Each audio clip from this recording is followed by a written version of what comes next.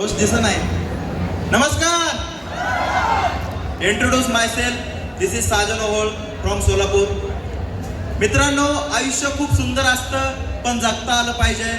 आणि हे आयुष्य सुंदर जगायचं असतं हे मला वयाच्या 21 वर्षानंतर कळालं. बघा, लहानपणी असं बोललं जायचं, चांगलं वागायचं, चांगलं बोलायचं, चांगलं राहायचं म्हणजे चांगलं होतं.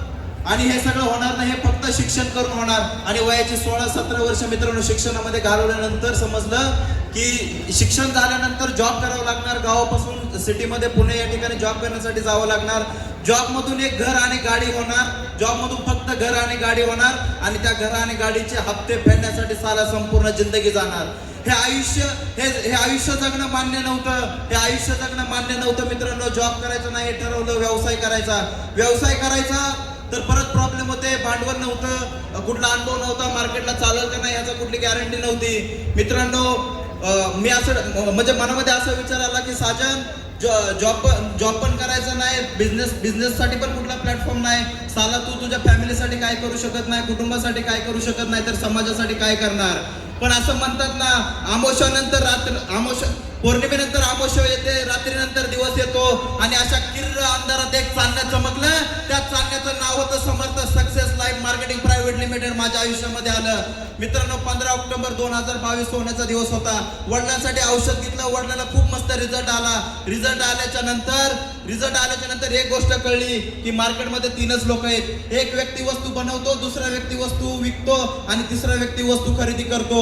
पण आयुष्य बदलतं जो व्यक्ती वस्तू बनवतो आणि जो व्यक्ती वस्तू विकतो.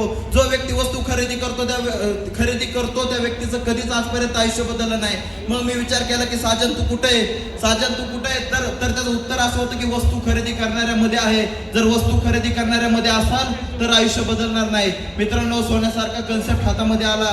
कामाला सुरुवात झाल्यानंतर खूप लोकांनी नावं ठेवले की असं काय होत नाही, इथं काय सक्सेस भेटत नाही. खूप लोकांनी पायामध्ये साप सोडले. मित्रांनो, गावामध्ये टू व्हीलर घेऊन गेलो, लोक म्हणायचे मर्सिडीज आली. गावामध्ये गेलो, लोक म्हणायचे करोडपती आले. असे खूप सारे प्रॉब्लेम आयुष्यामध्ये आले मित्रांनो. पण कामामध्ये टिकून राहिलो. काम करत गेलो. या इंडस्ट्रीच्या माध्यमातून गेल्या 3-3.5 वर्षामध्ये जवळपास 60-70 लाख रुपये इन्कम क्रॉस करू शकलो. This is the power of Samarth success. मित्रांनो, जसं या समर्थमध्ये आलो होतो त्यावेळेस माझे महागुरु मला म्हणाले होते की साजन, त्यावेळेस वय वर्ष 21 होतं. महागुरु मला म्हणाले, दाढी आने से पहिले गाडी आ सकती है, किसी का पती बनने से पहिले करोडपती बन सकता है. मला वाटलं ते मोटिवेशन मध्ये बोलले असतील. पण मित्रांनो, सांगायला अभिमान वाटतो, याच 22 वर्षाच्या पोरानं गेल्या 2 वर्षापूर्वी 11 लाखाची टोयोटा ग्लांजा परचेस केली आणि ती कार मी आज मेंटेन करतोय. लक्झरीज लाईफस्टाईल जगतोय. मित्रांनो, जे लोक नावं ठेवत होते, माझं लव्ह मॅरेज. माझे सासू सासरे ज्योतीला म्हणत होते की सांगत होतो लव्ह मॅरेज करू नको. पण आज सांगायला अभिमान वाटतो मित्रांनो, तेच सासू सासरे तिला म्हणतात की साला आमच्या ज्योतीचं नशीबच लय भारी. ही पॉवर आहे मित्रांनो समर्थ सक्सेसची. बघा, मला सांगायचंय, ही माझी ॲबिलिटी नव्हती, ही माझी कुवत नव्हती. मला कुणीतरी एक डायरेक्शन दिली, मला कुणीतरी एक दिशा दिली की साजन, तू आज कुठे हे बघू नको, येणाऱ्या 3 ते 5 वर्षामध्ये कुठं जाऊ शकतो. हे विजन मला ज्या व्यक्तीने दिलं, हे विचार ज्या व्यक्तीने दिलं, आमच्या कंपनीचे ग्रेट गुरु, माझे सर्व वन अँड ओनली मिस्टर किरणजी नाळे सरांसाठी एकदा जोरदार टाळ्या झाल्या पाहिजेत. तसेच आमचे दुसरे महागुरु मिस्टर भरतजी राठोड सरांसाठी जोरदार टाळ्या झाल्या पाहिजेत. अरे, त्या व्यक्तीला कसं विसरून चालेल.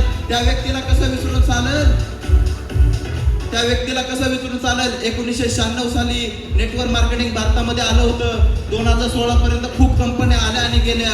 या इंडस्ट्रीला लागलेला जो कलंक आहे ना, जे नाव खराब झाले ना, ते नाव पुसून काढण्याचं ज्या व्यक्तीच्या डोक्यामध्ये विजन आलं, अशा आमच्या सर्वांचे ग्रेट CMD मिस्टर सतीशजी इंगळे सरांना नतमस्तक होतो. आणि एकदा सतीशजी इंगळे सरांसाठी जोरदार टाळ्या वाजवा मित्रांनो. जाता एक उदाहरण सांगतो आणि माझे 2 शब्द संपवतो. बघा, एक गोष्ट आहे, खूप मार्मिक उदाहरण आहे. ते जर तुम्ही तुमच्या आयुष्याशी कनेक्ट केलं तर खूप आमूलाग्र बदल होऊ शकतो. एक गाव असतं. गावाच्या कडेला एक नदी असते. नदीवर एक झाड असतं. त्या नदीच्या कडे एक झाड असतं. त्या झाडावरती एक माकडा आणि माकडे बसलेले असते. एक आकाशवाणी होते. काय होते? आकाशवाणी होते. आणि ती आकाशवाणी असं बोलते की जो कोणी आत्ताच्या आत्ता या नदीमध्ये उडी मारल तो एक तर राजकुमार होईल किंवा राजकुमारी होईल. ते माकडा आणि माकडीण दोघं पण ऐकतात. पण होतं काय मित्रांनो, ती माकडी नाही, ती माकडीण जी असते ती फ्रॅक्शन ऑफ सेकंदामध्ये त्या नदीमध्ये उडी मारते बाहेर येऊन बघते तर काय राजकुमारी झालेली असते. मग ती इकडे तिकडे बघत असते, अरे कुठं आहे माझा राजकुमार कुठं आहे. मग इकडे तिकडे बघत असताना तिला तो कुठं दिसत नसतो. मग तिच्या लक्षात येतं की आम्ही झाडावरती बसलो होतो. वर बघते तर ते माकड साला झाडावरती बसलेलं असतं. मग ते राजकुमारी काकुळतेने विचारते, बरं सर राजकुमारी काकुळतेने विचारते, अरे तू का उडी नाही मारली. मग माकड काय म्हणतो माहितीये, कुठनं त्या आकाशवाणीवरती विश्वास ठेवायचा. मग ती माकडीण म्हणती, अरे माकडा जर उडी मारली असती आणि आकाशवाणी खरी झाली नसती तर माकडच राहिला असता. जर उडी मारली असती तर राजकुमार झाला असता, गुन्ह्या गोवंदाने आपण संसार केला असता. मित्रांनो, मला सांगायचंय, ज्याच्यासोबत इथं आलाय ना त्याच्या वाणीवरती विश्वास ठेवा, त्याला साथ द्या. तुमच्या पण आयुष्यामध्ये आमूलाग्र बदल झाल्याशिवाय राहणार नाही. एवढं बोलतो आणि या ठिकाणी माझं 2 शब्द थांबवतो.